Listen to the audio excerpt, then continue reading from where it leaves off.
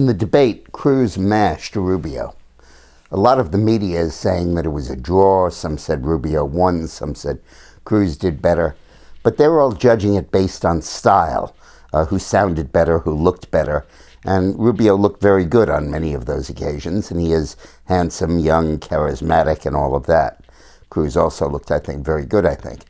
But ultimately, what matters in a debate like this is something the analysts, the pundits, and the media don't really see, which is what was the underlying public opinion on the issues going into the race, and how clearly in the debate did the candidates articulate those opposing points of view.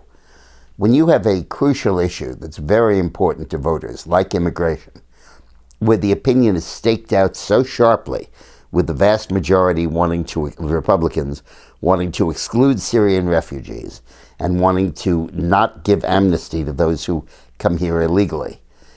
When you have margins of the sort that you have in these polls of 2-1 and 3-1, any candidate who embraces the minority side of that, no matter how articulately or how stylistically perfect or even how charismatically, is going to lose. And the candidate who embraces the majority position is going to win. The only thing that Cruz needed from this debate was clarity, which is, could we make it clear that Rubio supported amnesty and Cruz opposed amnesty, and that Rubio had opened the door to Syrian refugees and Cruz wanted to keep it slammed shut. That was the key distinction. And in the debate, it became very clear that those were indeed the two positions. Rubio was accused by many of supporting the Schumer bill. He didn't rebut it, and he basically admitted that he had supported amnesty, and in some ways still did. Now, Rubio had hoped to counter Cruz's offensive on that issue with two offenses of his own. One was on the NSA data issue, the idea of metadata collection, where Cruz had voted against it and Rubio had voted for it, and the other was by a more bellicose position on ground troops in the Middle East.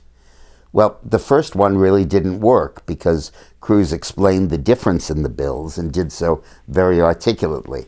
Now, shortly after that, someone, I assume it was Hillary's campaign, let out that that was classified information.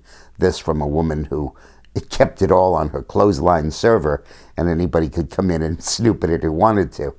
But in any case, it was a mark of the seriousness of Cruz's candidacy.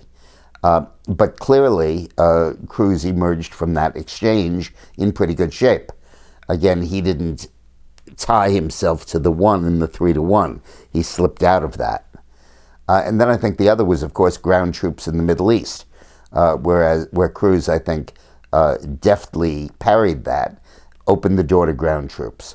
Clearly, Rubio would send in more, but it wasn't at all clear that there's a big difference about ground troops in the Middle East. And Rubio suffered as a result of being unable to really make that distinction. And then a further distinction came up about toppling the Assad regime, which led into a discussion of regime change, where again Rubio was on the interventionist side and Cruz somewhat opposed to it.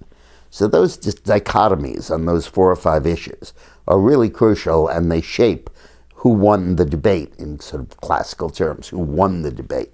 And I think clearly Cruz did very well and Rubio did very poorly. And I would expect that as a result of this debate, you might see Cruz move up, Rubio move down, perhaps even to single digits. That will leave a race, essentially, of Trump against Cruz.